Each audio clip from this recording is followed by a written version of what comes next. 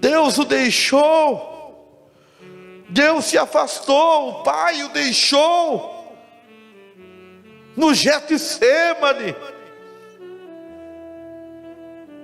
Ele olhou, foi ali que Deus teve uma conferência com seu filho, diz o profeta. E Deus perguntou para ele: está você disposto a dar a sua vida pelos teus irmãos? E ele disse: sim, eu estou. Mesmo, e Deus mostrou para ele o cálice da morte, o cálice que ele teria que beber.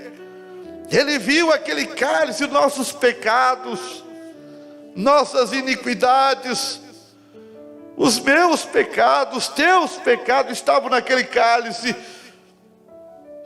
E ele chegou a orar 3 vezes no jardim do Getsêmani: Pai, se for possível, passa de mim esse cálice.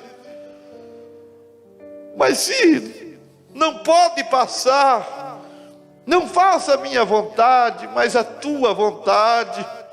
Se é a tua vontade que eu beba, eu beberei.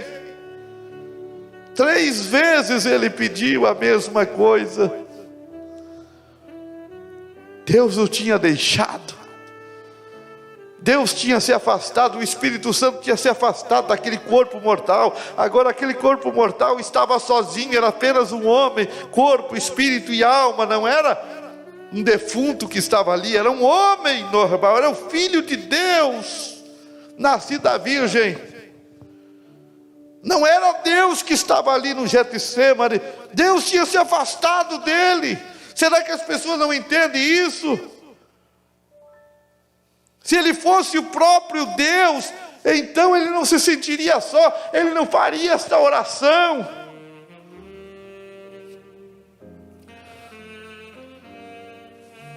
Isso está na mensagem Filhos de Deus Manifestados, pregado em 1960, parágrafo 88. O profeta diz: no jardim do Getsêmani, a unção o deixou. Essa unção é o Espírito Santo. O deixou, sabe? Ele tinha que morrer como um pecador. Ele morreu um pecador, você sabe disso? Não os seus pecados, mas o meu e o teu, diz o profeta. Em outra mensagem, uma Brana diz: Deus jogou o seu filho no inferno. Ele foi para o inferno, Deus teve que jogar o seu filho no inferno, porque ele levou sobre si os nossos pecados.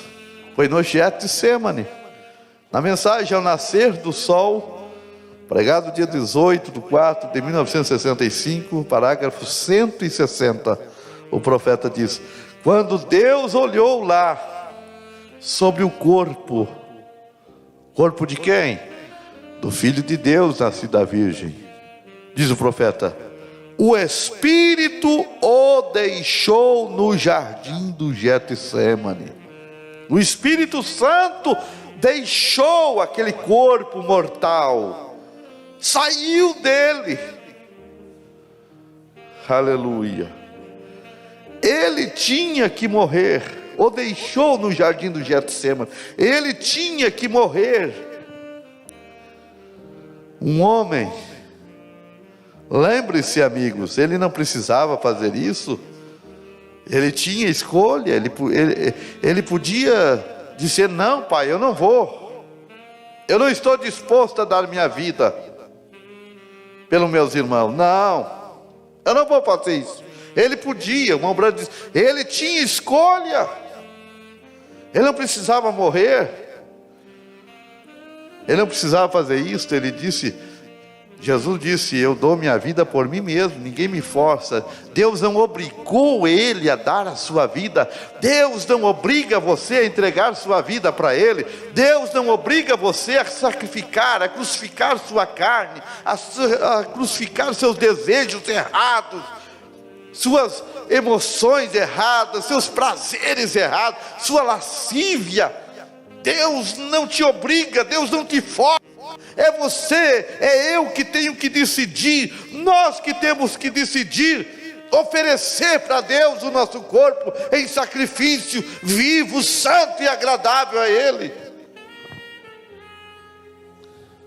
Deus não vai te forçar. Aleluia. Você que tem que entregar por conta, por livre, espontânea vontade. Lembre-se, amigos, ele não precisava fazer isso. Isso era Deus. Deus ungiu aquela carne. Aqui que está a coisa. Aquela carne era ungida pelo Espírito Santo.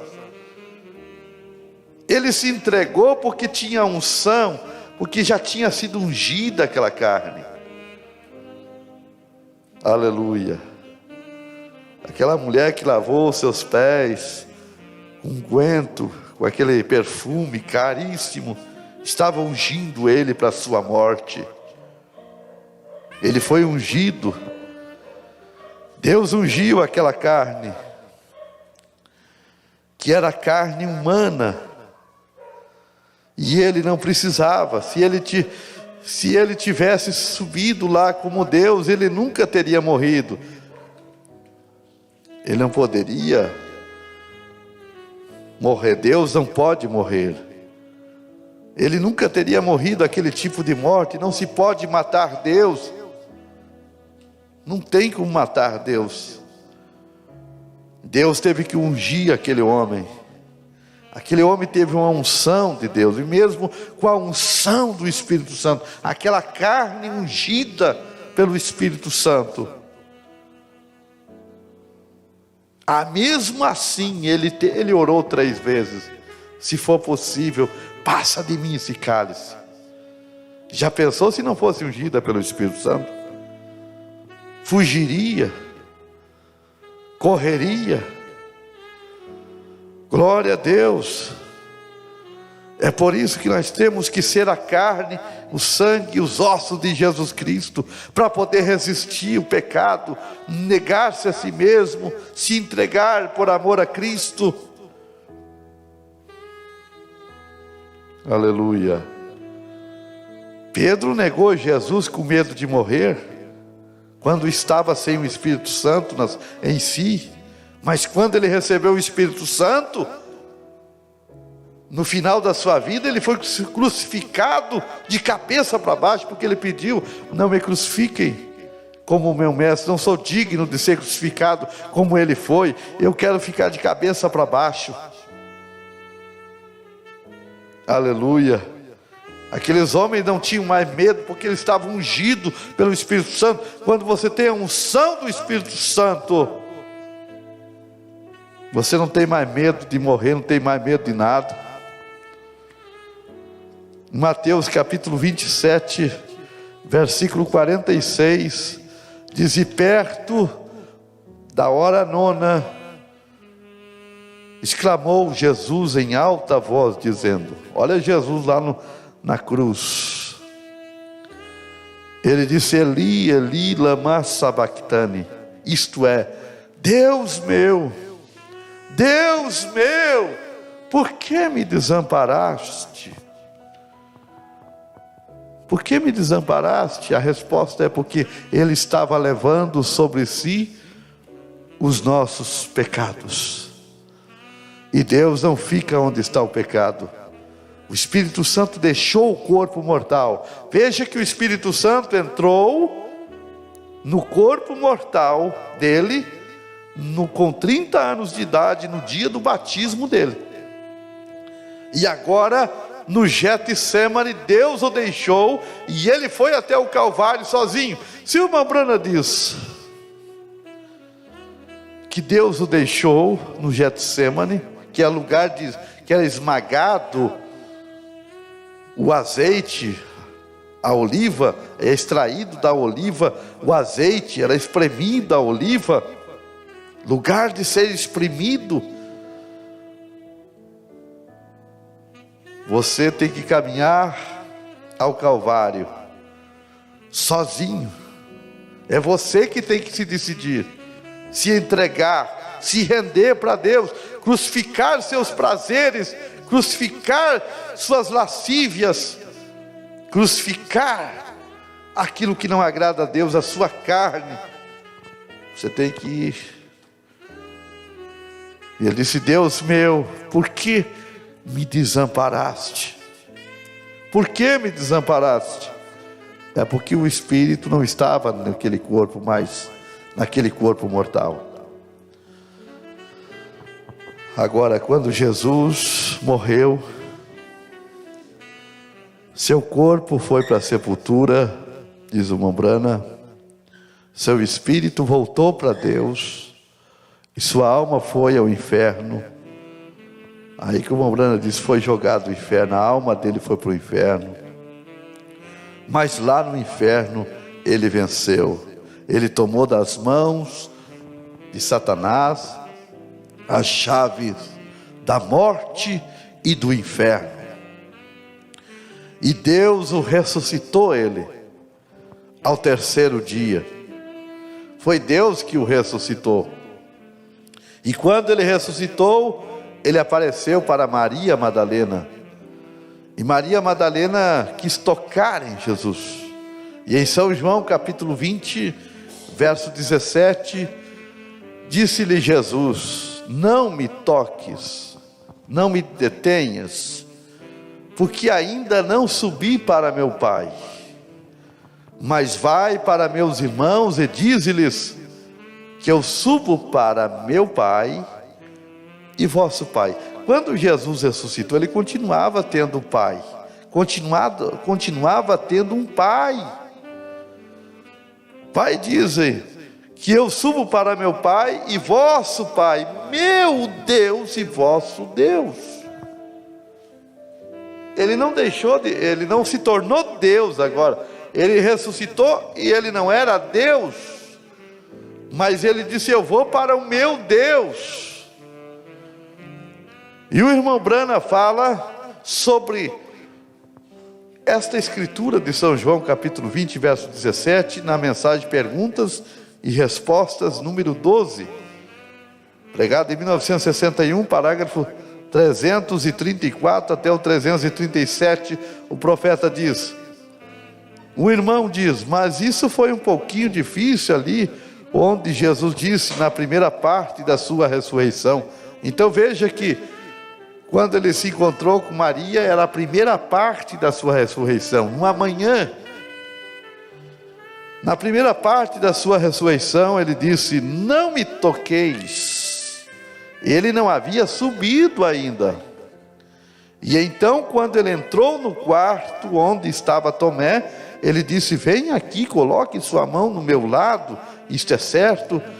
Ele não havia subido ainda. A diferença dos dois, veja que tem uma parte, o Mombrana está dizendo que ele disse que Maria não podia tocá-lo. Agora, a segunda parte da sua ressurreição, ele aceita ser tocado por Tomé. Tomé toca nas suas cicatrizes, e Tomé se dobra, se prostra aos pés de Jesus e disse para ele: Senhor meu e Deus meu. Por que isso, irmãos? Porque agora ele tinha subido ao Pai e voltou, e o Espírito Santo estava nele de novo. O Espírito Santo agora no corpo imortal, no corpo glorificado de Jesus. Ele era Deus agora. Deus estava nele. Não o corpo glorificado, mas Deus estava nele. Eu e o Pai somos um. Isto é certo, não havia subido ainda. A diferença dos dois, onde ele lhes disse para não tocar-lhe, e ali ele disse a Tomé para se aproximar. Ele não havia subido ainda. Veja você, pois eu não subi ainda para meu Pai. Isto é certo, vem. Ele não podia ser tocado. Após a sua ressurreição, ele havia saído da terra, na primeira parte da ressurreição. Veja você, ele havia saído da terra e estava andando no meio dos homens, mas ele não tinha subido ainda. Ele disse a Maria, ele disse: não me toques. Ela disse: Rabi. Ele disse: não toque.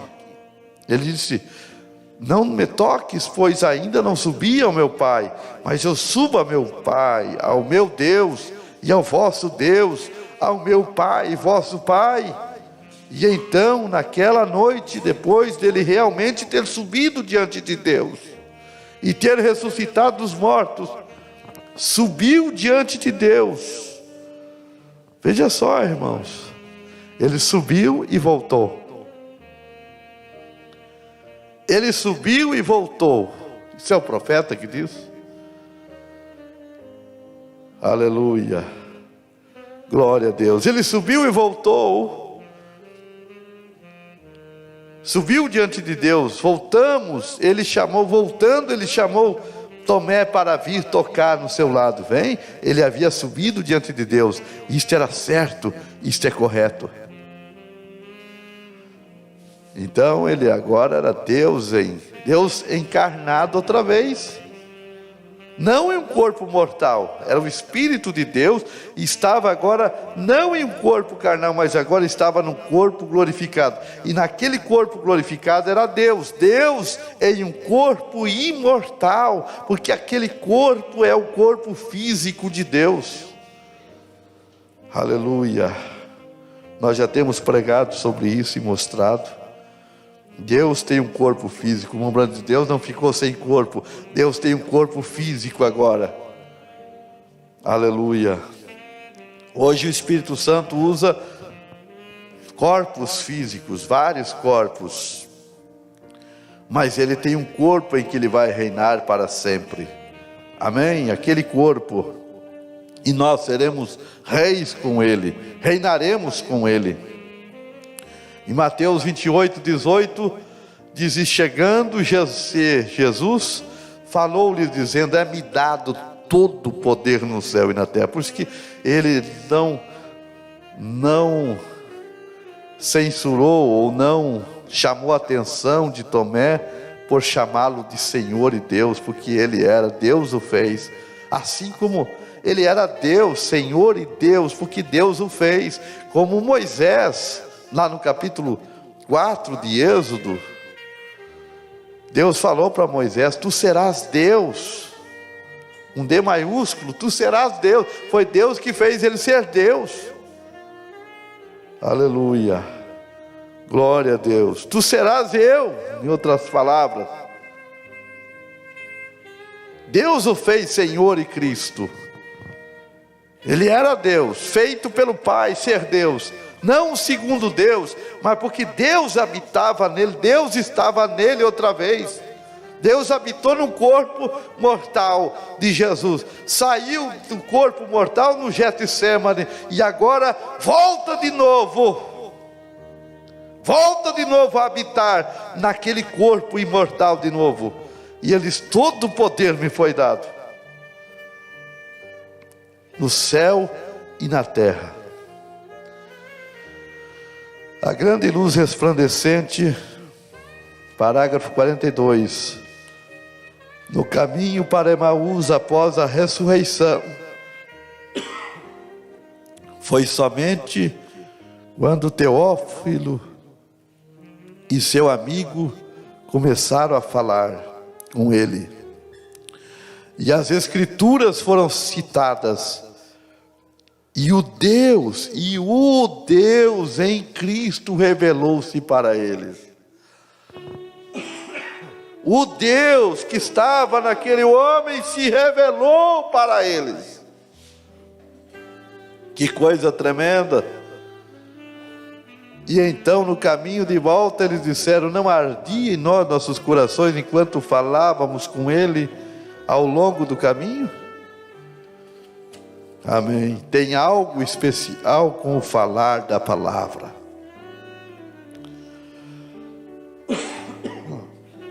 Mais um parágrafo para nós terminar.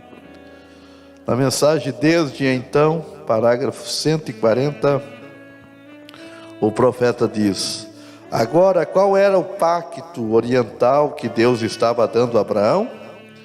que através da semente de Abraão viria o Senhor Jesus, o bendito. Deus o levou lá em cima no Calvário, e ele o partiu ao meio, separou sua alma de seu corpo, e seu corpo, Deus o ressuscitou no terceiro dia, e o tomou. Deus tomou aquele corpo. Se Deus o tomou, é porque Deus habitou, o Espírito Santo, Logos, habitou naquele corpo ressuscitado, naquele corpo glorificado. Deus o tomou. Quando você usa Deus o tomou, é porque Deus tomou, Deus entrou naquele corpo. Deus o ressuscitou ao terceiro dia e o tomou e assentou à sua destra. Quer dizer, destra é poder, porque você só tem poder de Deus, autoridade de Deus, se o Espírito de Deus estiver em você. Se você não tiver o Espírito Santo, você não tem a destra de Deus, a autoridade de Deus, o poder de Deus, aleluia, a liderança de Deus. Que Deus veio morar, Deus estava, aquele é o corpo físico, Deus é um homem agora. Deus e a terra e o céu se beijaram, Deus e o homem se tornaram um. Aleluia, glória a Deus.